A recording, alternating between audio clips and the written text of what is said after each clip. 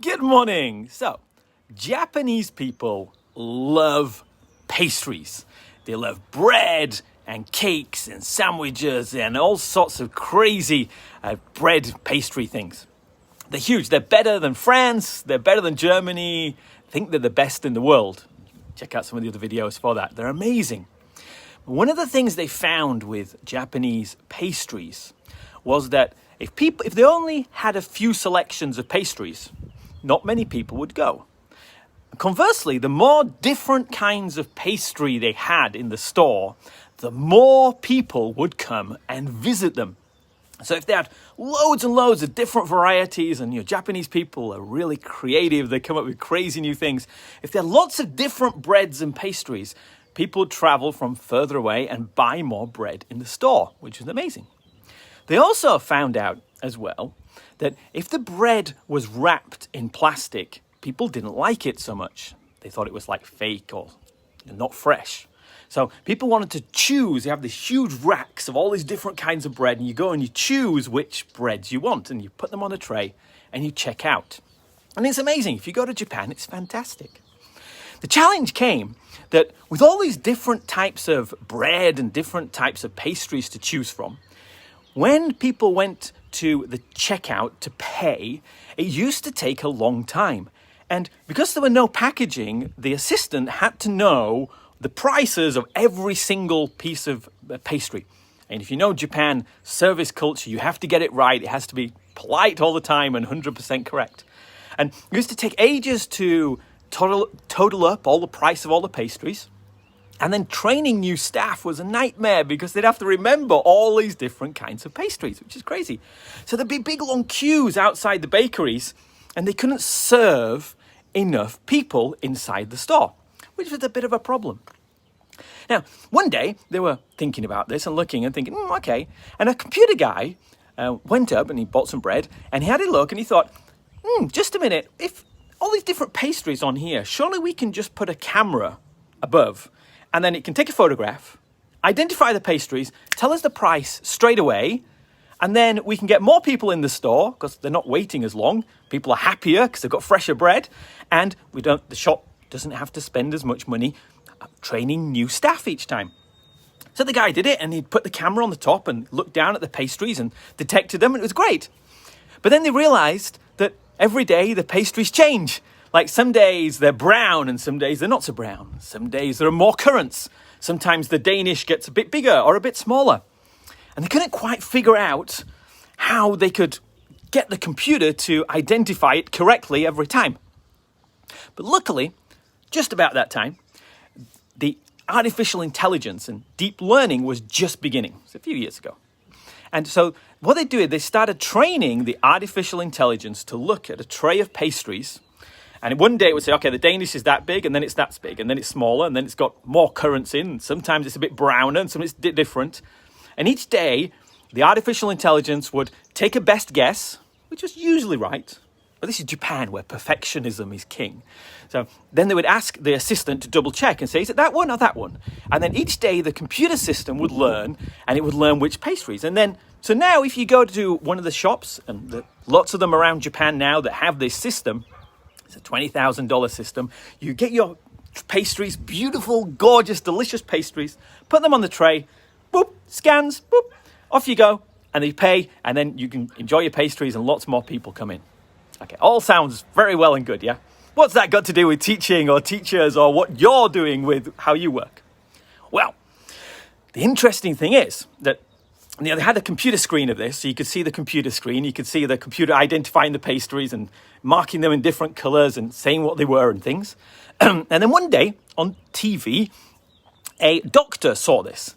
And the doctor looked at this computer, analyzing this tray of bread and analyzing each different thing. And he thought, just a minute, those pieces of bread on that screen, to me, look just like cancer cells in a microscope.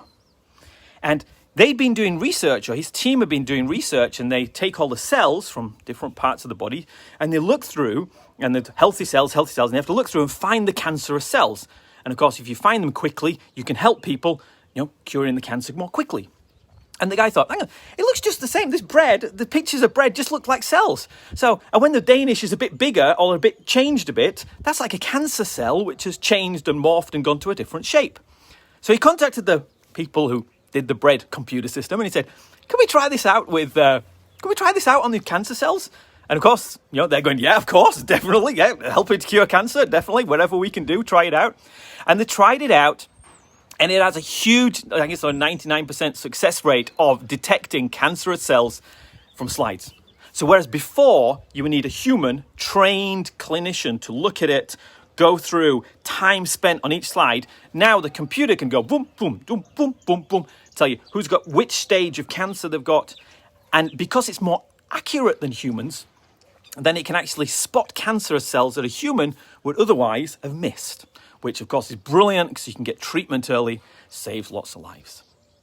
So, a computer system that was designed for bakeries to get more people into the bakery, that worked like magic, could then do something amazing for cancer cells.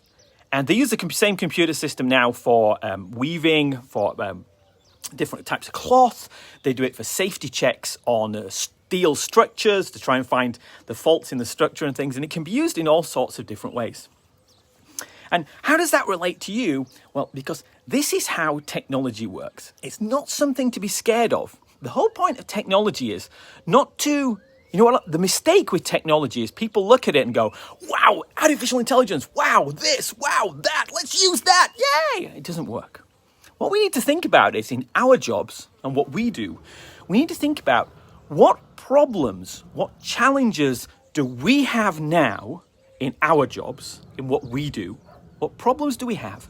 And then how can we take a simple technology, like something that's already been invented, or something from another field, bring that into our field and make life easier for us and revolutionize what we do? Because we're all about revolutionizing education, yeah? Too many kids have still got boring teachers. We want kids and adults to learn more quickly. So, when I did this is how I have always done technology. In the beginning, rather than, I've got a hard science background, I was using NASA satellites to analyze the rotational frequency of black holes up in space. It's crazy. Then when I came into the classroom, I'm not going to use that tech, but I would look in the classroom and I would see the problems in there and think, how can we use simpler technology to fix that? So, but when I first started, a big problem for teachers was pronunciation. They weren't too confident in their pronunciation. Sometimes they were making mistakes. So we made the Genki English, the flashcards. So you just touch the flashcard and it talks. And that got boring. So we made it so it touches and it talks in lots of different accents in different ways. And that was very simple, just touching the screen and off it goes. And then we had the problem, challenge then with teachers saying, but in my country, the kids don't have a chance to learn English at home. So we developed the Genki English, the whole software. So they have the games and the songs and everything. So then they can learn at home. And very simple technology, but it solved a real world problem. And then when it found out that kids have got tablets and iPads, I could have spent hundreds of thousands redoing the Genki English software, and we spent a long time on it. But in the end, it turned out last year, we found out we could take one simple computer program, flip it, and it makes all the Genki English software works on mobiles and tablets and things like that.